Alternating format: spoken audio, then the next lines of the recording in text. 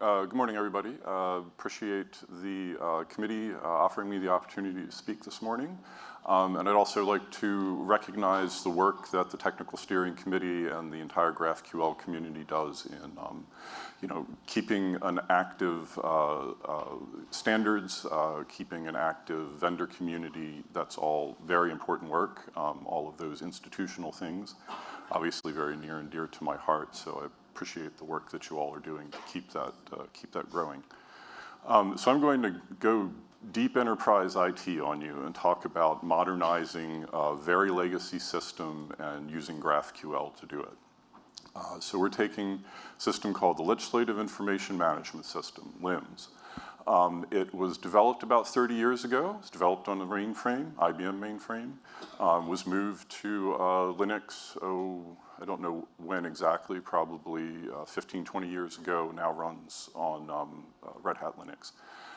So it is used by Clerk staff. I work for the Clerk of the House of Representatives. The Clerk is responsible for managing most of the legislative documents and process around the activities of the House. And it was designed to help the Clerk staff manage all of those processes and especially manage all the documents and publications that are related to that. So I'll talk a little bit about the legislative process, but there's many pieces to it. We work with many partners, the Government Publishing Office, the Library of Congress, the Senate, and so we have a lot of data exchange on top of just the applications that we build. And we use GraphQL to integrate data because it works really well for that, and it's been a straightforward solution, kind of does what it says on the tin, and has been an integral part of this modernization effort. So looking at it as it is, you've probably heard of a green screen. That's a green screen. We still have people that use those green screens, and they are very committed to them because they do very specific tasks under a lot of pressure, and every keystroke matters to them. It does have a web interface, which is really just scraping the green screen. But moving on. This is what it looks like now. This is React, Apollo client, all the things you would kind of expect from a modern application. This in particular is a module that helps us manage bills that have passed and are going to the White House for signature, the executive actions behind all of that. So the House legislative process, what are we supporting just at a high level for some context? You see a picture there of the House floor with a vote in progress, voting on a bill. There's a voting system that members use. This is, one of the key things that you can see on C-SPAN or anywhere else. This is how bills are passed. This is how bills are debated. You see a bill there on the right that is published by Government Publishing Office. We deliver that now. We deliver that to them pretty much in this form. So it's all pretty much an electronic process. And then we see a committee. I think that's Armed Services in session, committee work, debating bills, marking up bills, reporting bills. Those are all also key parts of the legislative process. So our data, looking at our data, we have history. Here's a bill from the first Congress, May of 1789, shortly after the first Congress was convened. Here's a bill from 1983 in the middle.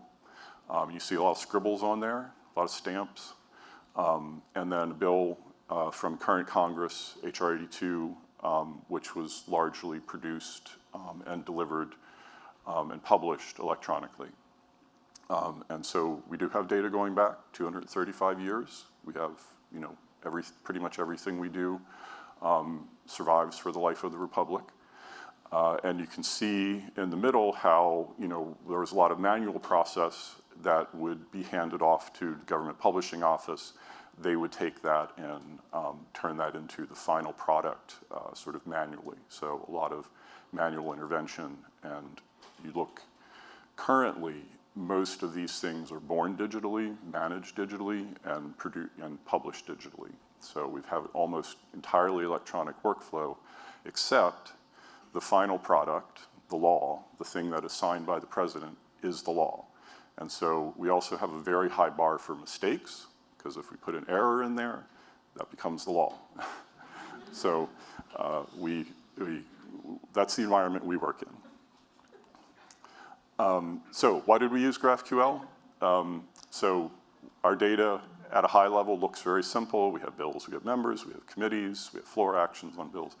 But everything is interrelated, deeply, deeply interrelated. And we understood from the beginning that if we went too far down the road of trying to build, API sort of REST style things, we'd either up on one extreme with like passing the client back a 5 megabyte JSON object for every single thing, or having this constant churn around, we need to tweak this endpoint and that endpoint and this endpoint to make these things work. And so this allows us to be declarative, which I think has been mentioned, very important, I think, when you're dealing with data, and allows us to give a lot of that control to the front-end developers.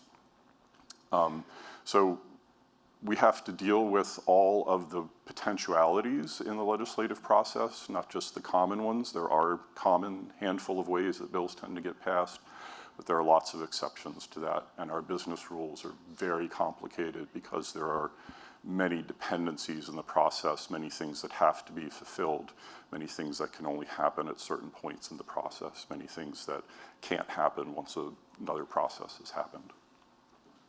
So this is what we're building at a high level. We've got our GraphQL endpoint. Wouldn't be at a GraphQL conference if we didn't have a GraphQL endpoint. We use Hashura as our API server, and we point it at a schema that is designed to serve GraphQL queries. And I'll get into this in the next slide, how we segregate queries and mutations. So we have that direct connection to the database, which has worked out really well for us. Business logic layer, and then the way we integrate with the legacy system is built on a technology called Database.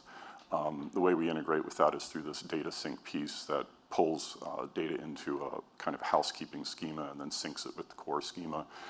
Any changes, all changes, go through this mutation flow through the business logic before it's made durable. So standard relational database stuff, our data is highly relational. It makes sense. And I think the correspondence between relational data and the way GraphQL sort of conceptualizes data types makes a lot of sense for us. So this was a key piece of how we design the system. We have views that are designed to serve GraphQL queries, and those are the only way for the GraphQL endpoint to get at the data. And so the actual connection to the database is limited to those views. Any mutation, every mutation has to flow through our business logic layer. Again, we've got all those dependencies, we've got all these validations we have to do. So that has to happen that way. And then the sync schema, as I mentioned. So if you look at this for a few seconds, you'll probably recognize the kind of CQRS loop. And that was, something that we realized we needed early on, and both with the technology we were using with Hashura as our API gateway, and with the business logic architecture that we had, that worked really well.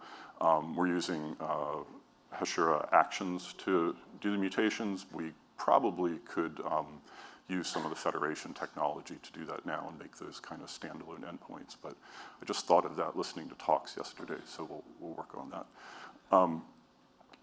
And so looking at this at a high level, what are we going to accomplish with our data over the long term?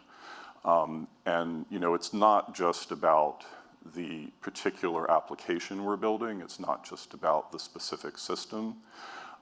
It's also what happens with that data after our office is done with it. So the Clerk, LegOps is what we call the people who manage all of this legislative data. They have their API, so on the right is kind of limbs that we're building. Those are the things for Clerk staff to work on data. But then we have to exchange that data with our partners, with Library of Congress, all of House activities, feed congress.gov through data that we exchange with them right now in a batch every night. someday, in the not too distant future, hopefully, much more real time. Likewise with public, we push data. We do have public APIs. They actually use OData, interestingly enough. But someday, maybe GraphQL, and we deliver that data out to public applications. So live.house.gov is a great way to see kind of what's happening on the floor. House is in session probably now if you want to go look. Then clerk.house.gov about a lot of our other data that we produce.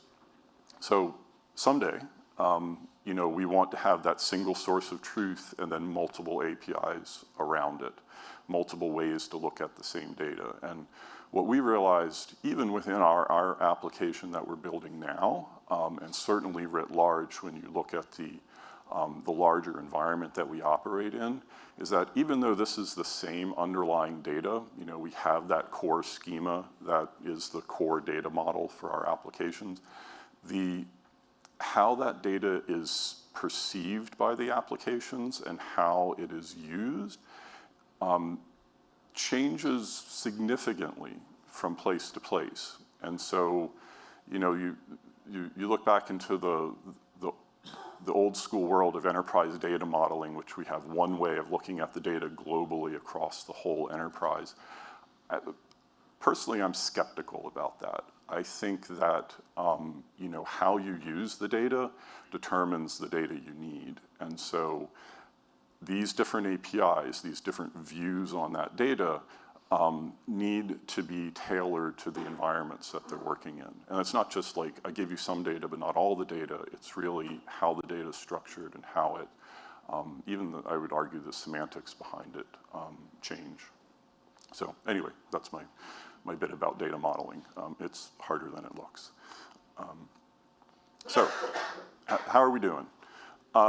So GraphQL has made our data integration pretty straightforward. From my perspective as a tech lead, as architect on the system, my favorite technologies are the ones I can ignore, right? They are technologies that just work. They are technologies that have best practices behind them. They have, a stable and vibrant vendor community. And they are technologies where people have the skills and understand how to use them. Understanding how GraphQL works is pretty simple for anybody who's worked with a relational database. Certainly when you look at a lot of the tools, like the filter criteria that you use in Hasura or PostgreFile or any of that, it kind of looks like SQL statements, which makes a lot of sense because SQL semantics have been evolving for 40 some years, and they've worked out a lot of these issues. It's made it straightforward. It has allowed, really, that last bullet point, the separation of concerns, I think that has really been key to some of our productivity. The app, once we figure out what the data looks like and how we're going to expose it in the schema, the app really can go off and start working. And if they need to make little tweaks or they need to filter things, they can do that through the API. We don't have to make changes, at the service level or at the data level to deal with that. And that's, I think been a huge boost for us in our ability to keep the application moving. The fact that the GraphQL data semantics model is kind of simple has actually been a big advantage for us. I can hear from a lot of the talks that that's evolving, it's becoming more complicated. You're hitting that place where you get into these more esoteric areas and it gets more complicated. That's going to happen. But the fact that the core of the model is very simple is really a big benefit for us. You could pick at it and say maybe it's too simple in certain cases, but simple is not bad, especially when you're doing data integration. We have found that performance is almost never a problem, which, to be honest, surprised me. I've never worked on a system in my career where we didn't hit some unexpected wall and say, oh, dang, I wish we hadn't have done that, right? But really it hasn't. I mean, we've certainly run into performance problems. We've certainly run into some kind of edge cases where the queries that get generated don't quite work. And we've, in a few cases had to adjust our approach. In some cases, like some of it was just recognizing that the data looks different for different parts of the application, and we just need to model it slightly differently in those cases. But overall, I can ignore performance on most days, and that's great. At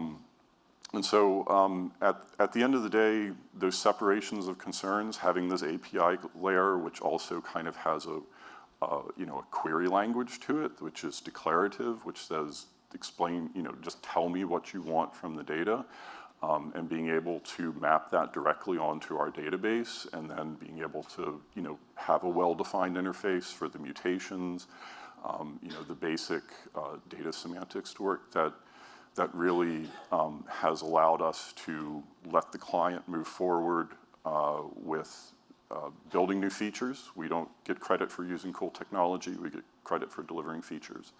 And so lets the client move forward with deploying new features, and lets us manage and protect that data in the application, because really that is the core thing that we're doing, is making sure that the integrity of that data, the correctness of that data is preserved through the application and through our business logic. So with that, thank you all very much. Appreciate the time. And I'll be around to answer questions in case you have any. Thank you.